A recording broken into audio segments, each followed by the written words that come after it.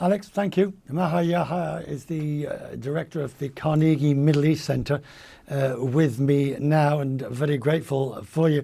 So, as we look at it now with the events of today, what do you see now as the increasing complexity? Good evening, Richard, or good afternoon.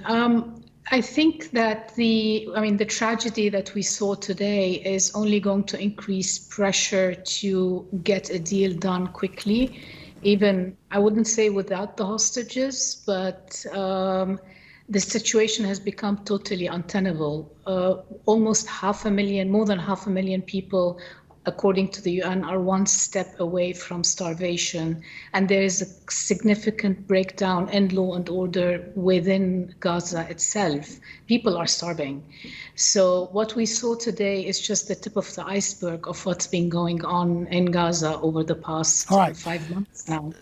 So I've been hearing what you've been saying and others for the last 4 or 5 months, but Israel comes back with the same answer, that Hamas is shielding behind militants, that they are taking every precaution as necessary to prevent civilian casualties, but that there will be civilian casualties because of the way Hamas is prosecuting its own war.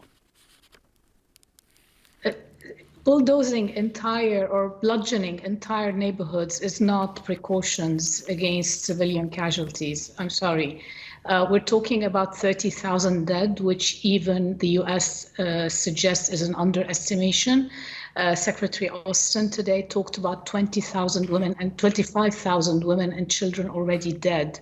So I wouldn't say there are precautions in place. More than 70,000 injured. I mean, the numbers, we can go on forever. The numbers are horrific.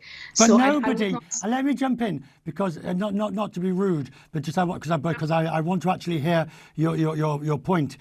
But none of these statistics or these calls of famine, and I've reported at least 10, I would say, in the last 2 months, of some organization or other forecasting famine, it's not moving the needle one jot in Israel. No, unfortunately, and part of it is you've got a government that is, pretty extreme from what we're seeing and hearing, and what we know of the background of many of the members of the government, including a prime minister who's hanging on to his political survival and using the Gaza conflict in order to do that. Frankly, what he's doing is a considerable disservice, not just to Palestinians, but to Israeli security. Can the situation on the Lebanon-Israel border, which is always tense, it's now fractious, as you know, but it hasn't broken out into full scale. How do we prevent that from with Hezbollah turning into full scale? Well, surprisingly, the reason why it hasn't turned full scale is that the response of Hezbollah and Iran has remained muted to some extent. They have not followed the rules of engagement with Israel that they've had in the past.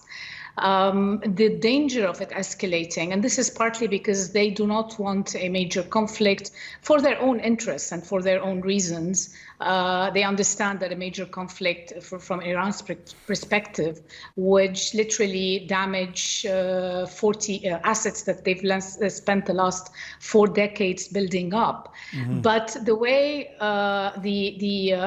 frankly, my expectation is until a ceasefire is signed in Gaza or some sort of a cessation of hostilities, we're going to see an intensification of the bombings in Lebanon.